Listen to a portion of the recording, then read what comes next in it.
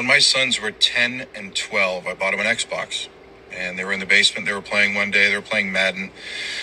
A fight broke out because one of them scored too many points or kept throwing deep too much and ended up in a wrestling match, screaming, yelling. The controller was getting thrown everywhere. So I went downstairs, took the Xbox out, put it in my closet to go find something else to do. I told some of my friends that, and their response was, "Oh, I wish I could take my kid's Xbox away. Oh my God, it would be so nice if I could just take it away." And I was like, "Why can't you?" A few years later, my youngest was 14, and we were going to get him his first cell phone. But based on the way that my 16-year-old had treated his smartphone, we're like, we're not going to get him a smartphone. We go down to the cell phone store, and they had flip phones. Your basic phone, call, text, that's it. And we started to purchase one for my 14-year-old. He wasn't happy.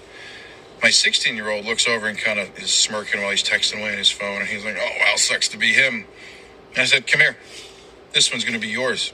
Should have seen the look on his face. He's like, "Are you really? Seriously?" I'm like, "Yeah, sit down. We got to set it up and switch it over. Give me that phone. We're going to get you this one as well."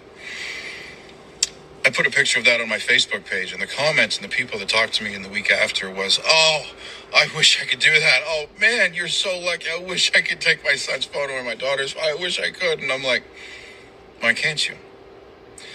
A little while later, I was coaching Little League Baseball, and it was an all-star team for the summer. And we got our uniforms in for the kids, and the uniform pants were white, straight white.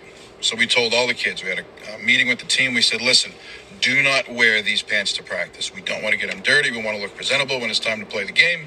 So only wear your practice pants or something else. Do not wear the white pants until it's a game." First practice, one of the kids shows up, runs onto the field wearing his white game pants. And I look at him and I said, "Hey, you're not supposed to be wearing those." And he kind of gives me this, "Okay," and runs onto the field. So I turn around and his mother's sitting there leaning on the fence. And I looked at her and she looks at me and she goes, "Kids, am I right? I tried to get them not to wear them, but I mean, what are you going to do?" And I'm like, "A lot." So my point to those stories is everybody talks about kids these days, no respect, kids these days, these kids. It's not these kids. It's these parents. Who's the parent in the house? If you can't take the Xbox away, if you can't take the cell phone and exchange it that you're paying for, if you can't tell them not to do something, who's the parent in your house? Are you ready? Because educator, here comes your student.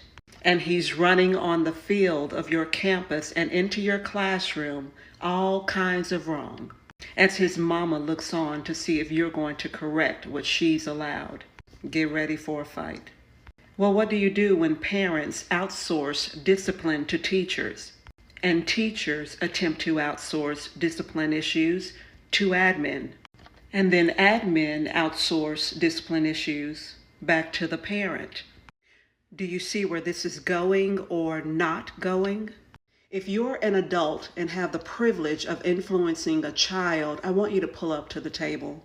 Because I'm going to ask you the same question that he has, which is this: why can't you?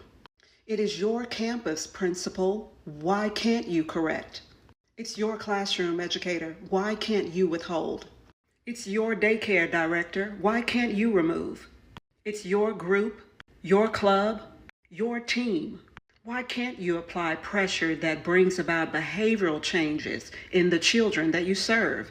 It's your home, parent. Why can't you? Tell you why many of adults can't, aka won't. Because we prefer comfort over conflict. We prefer being liked, which is fleeting, and it's all to do if a child is pleased with us, as opposed to preferring being respected. And at the end of the day, here's the harsh truth. We love ourselves more than we love that child. Yeah, I said it because it's something we need to address. And that's what I'm here to do. Because here's the greater question. What are you afraid of?